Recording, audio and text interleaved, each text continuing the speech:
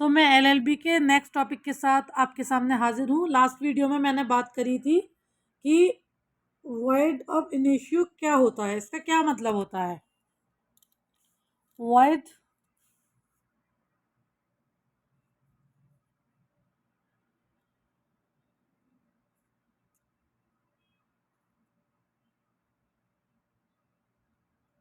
Void of initio क्या होता है, तो सबसे पहले हम समझ लेंगे कि वॉइड ऑफ इनिशियो क्या होता है। ठीक है ना।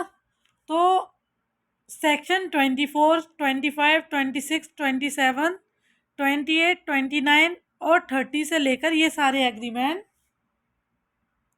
जो है अपने आप में वॉइड ऑफ इनिशियो हैं। मैं आपको बता दूं, सेक्शन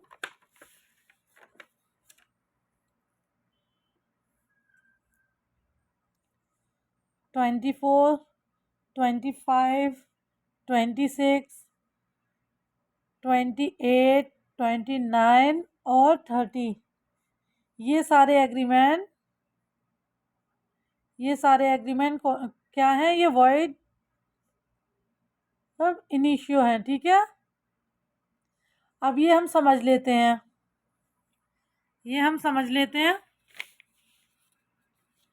मतलब शुरुआत से वो क्या होते हैं, वॉइड होते हैं।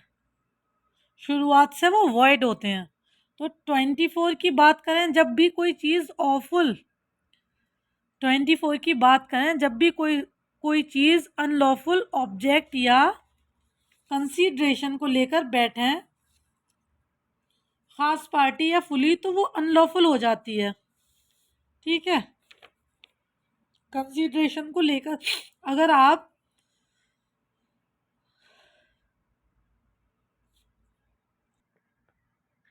अगर आप 24 की बात करें, जब भी चीज़ अनलॉफुल ऑब्जेक्ट या कंसीडरेशन को लेकर बैठे खास पार्टी या फुली, तो वो अनलॉफुल हो जाती है। अब सेक्शन 25, अगर आपने बिना कंसीडरेशन विदाउट प्रिंसिपल कोई एग्रीमेंट किया है, वो क्या हो जाता है, वो अपने आप में वॉइड इनिशियो कहलाता है। 26 क्या कहता है सेक्शन 26, अगर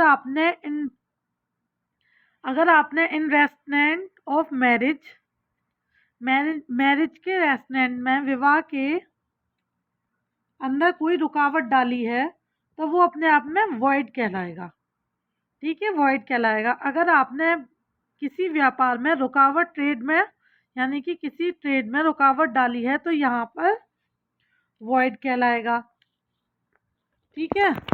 ये चीज़ें मैं आपको नोट डाउन कर देती हूँ। वैसे आप मेरे डिस्क्रिप्शन में जाएं, वहाँ पर आपको पीडीएफ अवेलेबल है। तो 24 की बात करें हम, यहाँ पर सेक्शन 24 क्या कहता है, सेक्शन 24 कहता है जब भी कोई चीज़ अनलॉफुल जब कोई चीज़ अनलॉफुल ऑब्जेक्ट या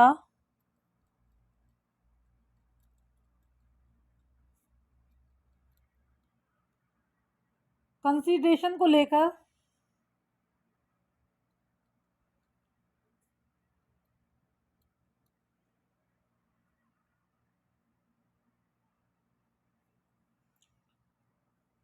कही जाती है,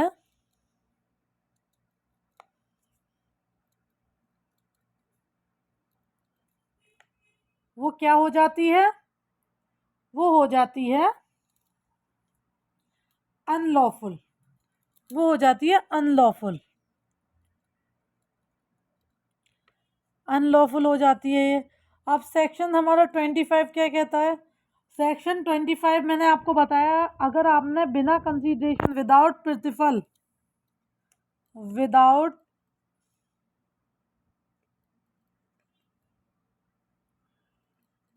एग्रीमेंट,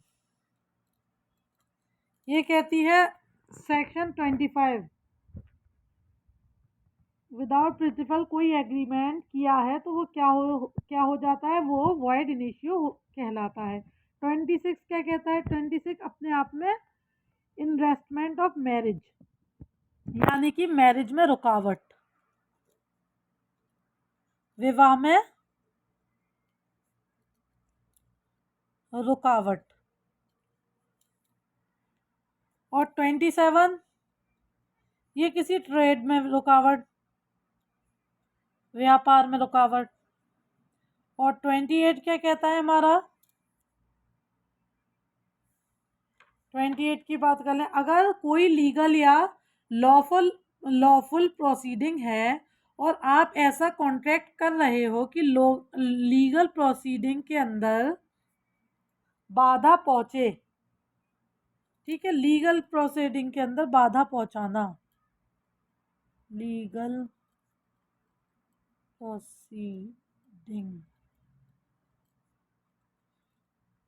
बाधा पहुंचाना। अब ये 29 हमारा क्या कह रहा है सेक्शन, या फिर अगर आपने एग्रीमेंट किया है उसके अंदर अनसर्टिनिटी अनिश्चितता है तो वहां पर वैगर जो है एग्रीमेंट होते हैं तो आप अपने आप में वॉइड होते हैं वो भी, ठीक है।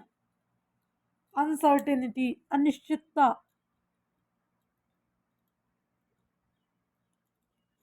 और 30 वैगर, ठीक है। तो वहां पर वैगर जो होते हैं वो अपने आप में वॉइड होते हैं। ये सारी बातें एग्रीमेंट को वॉइड एब इनिशियो बनाती हैं। हालांकि इन सब के अपने आप में एक्सेप्शन होते हैं। कैसे, देखिए, जहां बात की जाए ट्रेड के गुडविल की, जहां बात की जाए ट्रेड के गुडविल का एग्रीमेंट, इट्स ओके, कोई दिक्कत नहीं है। मान लीजिए गुडविल के पॉइंट ऑफ व्यू से यह कहा गया कि कुछ पर्टिकुलरिटी एंड तक आपको यह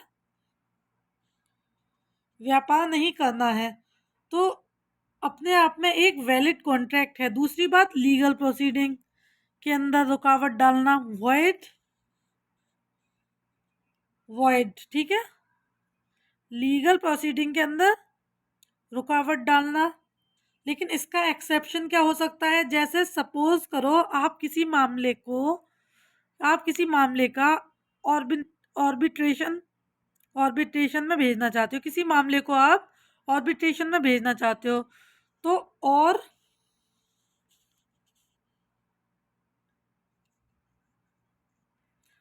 अगर किसी मामले को आप ऑर्बिट्रेशन में भेजना चाहते हो तो और इसके कारण आप पहले कोर्ट नहीं जा सकते। क्यों नहीं जा सकते, ब्रीच ऑफ कॉन्ट्रैक्ट हुआ, कॉन्ट्रैक्ट में लिखा हुआ है जब भी ब्रीच होगा ऑर्बिट्रेशन के पास जाना होगा। ऑर्बिट्रेशन में चले गए इसलिए तो आपको कोर्ट को अप्रोच करने का राइट जो है एक बार प्राइमर से कम हो रहा है, फिर भी यह वॉइड है, जो नहीं होगा। मैरिज के केस में माइनर व्यक्ति के बाल विवाह को रुकवा रहे हो तो कोई दिक्कत नहीं है। अनसर्टिनिटी के केस में कोई एक्सेप्शन नहीं होगा वगैरह।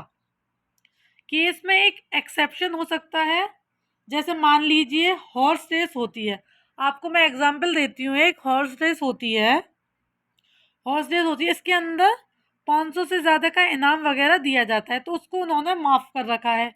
लेकिन इसका कोई भी प्रभाव इंडियन पेनल कोड के उस सेक्शन पर जहाँ पर कीपिंग लॉटरी ऑफिस का पॉइंट दे रखा है उस पर पड़ेगा। ध्यान रखना इसको आप।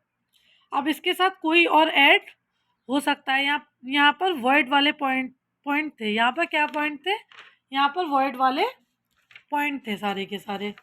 लेकिन जब कॉन्ट्रैक्ट को पूरा पढ़ते हैं तो हमारे सामने कुछ सेक्शन और आएंगे, जैसे सेक्शन 36। कौन आएंगे, सेक्शन 36। सेक्शन 36 देखते हैं। कॉन्ट्रीजेंट कॉन्ट्रैक्ट जो किसी न किसी वॉइड इवेंट पर डिपेंड करता है, वो भी एक तरीके से क्या होता है, वो भी एक तरीके से वॉइड होता है। कॉन्ट्रीजेंट कॉन्ट्रैक्ट जो वॉइड हो, सेक्शन अभी हमने पढ़ रखा था, देखिए लास्ट वीडियो में मैंने आपको बताया था बाइलेटरल मिस्टेक, वो भी अपने आप में वॉइड के अंदर चला जाता है। सेक्शन 56 ये क्या है, सब्सक्वेंट। हालांकि 56 में इनिशियल नहीं होता है, 56 के अंदर भविष्य के अंदर चीज आएगी तब जाके वो कॉन्ट्रैक्ट क्या बन जाता है, एक तरीके से वॉइड है जो बन जाता है। सब्सिक्वेंट इसको क्या कहेंगे, इम्पॉसिबिलिटी।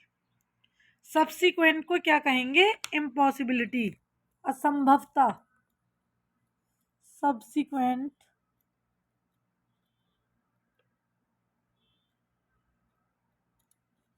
सब्सिक्वेंट को क्या कहेंगे, असंभवता। असंभवता। यहाँ पर 36 सेक्शन 36, 20, 56 ये वाले पॉइंट के सेक्शन भी आपको कहीं ना कहीं साथ में कनेक्ट करने पड़ते हैं। हमारा फॉर्मूला क्या था, सेक्शन 10 इक्वल टू, हमारा फॉर्मूला क्या था, सेक्शन 10 इक्वल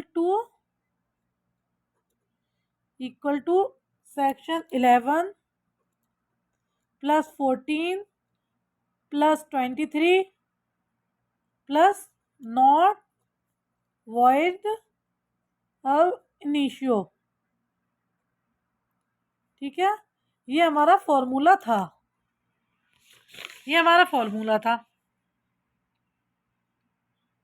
यानी कि 24 सेक्शन 24 से 30 वाला पॉइंट, सेक्शन 36 वाला पॉइंट, सेक्शन 20 वाला पॉइंट, सेक्शन 56 वाला पॉइंट, ये सारी चीज़ें मिलकर क्या करती हैं, ये डिसाइड करती हैं कि वॉइड कॉन्ट्रैक्ट कौन सा होगा, वॉइड कॉन्ट्रैक्ट कौन सा होगा। अब देखिए कुछ पॉइंट हमारे पेंडिंग रहे, उस पर डिस्कस करते हैं। शुरुआत के पॉइंट थे हमारे पॉइंट, शुरुआत के अंदर हमारे सामने जो सेक्शन 3 से लेकर 9 जो है कि जो प्रोविज़न दे रखे हैं, सेक्शन 3 से 9 के जो प्रोविज़न दे रखे हैं उनके बारे में देखते हैं। सेक्शन 3 कुछ शब्दों को एक्सप्लेन करता है, वो कहता है ये जो टर्मिनोलॉजी है, प्रपोजल यानी प्रस्ताव, एक्सेप्टेंस यानी स्वीकृति, इनको किस तरीके से कम्युनिकेट करना है उसके बारे में बात करता है। कम्युनिकेशन इन चीज़ों का कब कंप्लीट होगा, व्हेन कंप्लीट, इसको एक्सप्लेन होने का काम कौन करता है, आपका सेक्शन 4। कौन कंप्लीट करता है, सेक्शन 4। सेक्शन 4 करता है इसको कंप्लीट।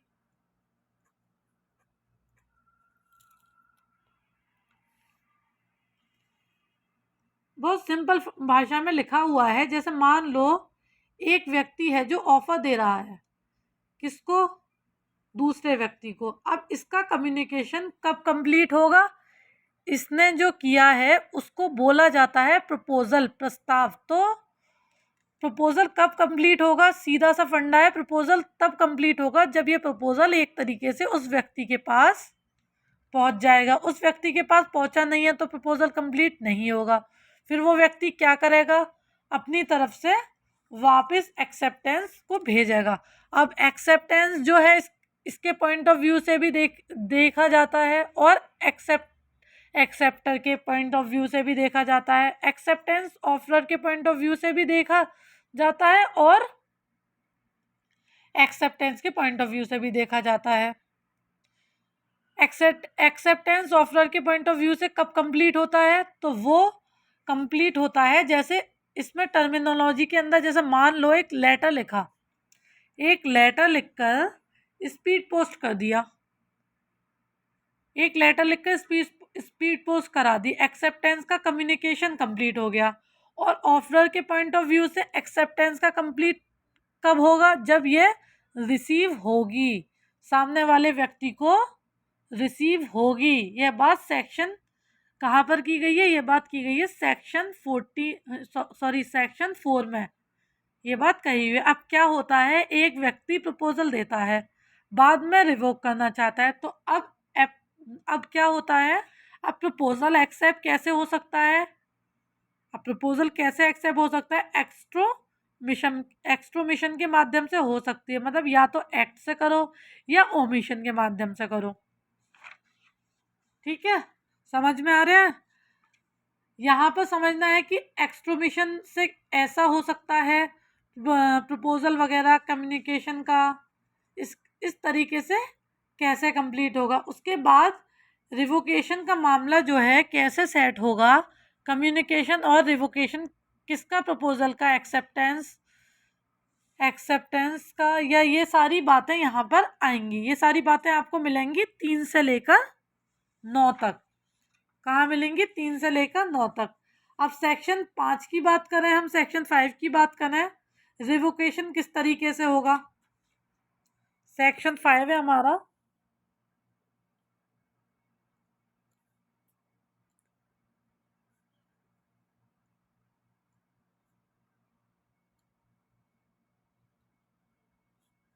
किस तरीके से होगा,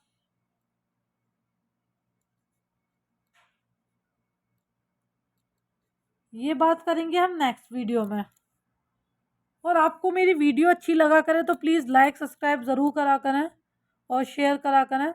इसी तरह से मैं डेली आपको न्यू टॉपिक के साथ आपके सामने हाजिर होती रहूँगी, और आप मेरी वीडियो को लाइक सब्सक्राइब करते रहें। और अगर आपको इसकी PDF चाहिए तो लिंक डिस्क्रिप्शन में दे रखा है, और अगर आपको इसके नोट्स चाहिए तो आप मुझे कमेंट बॉक्स में कमेंट कर सकते हैं।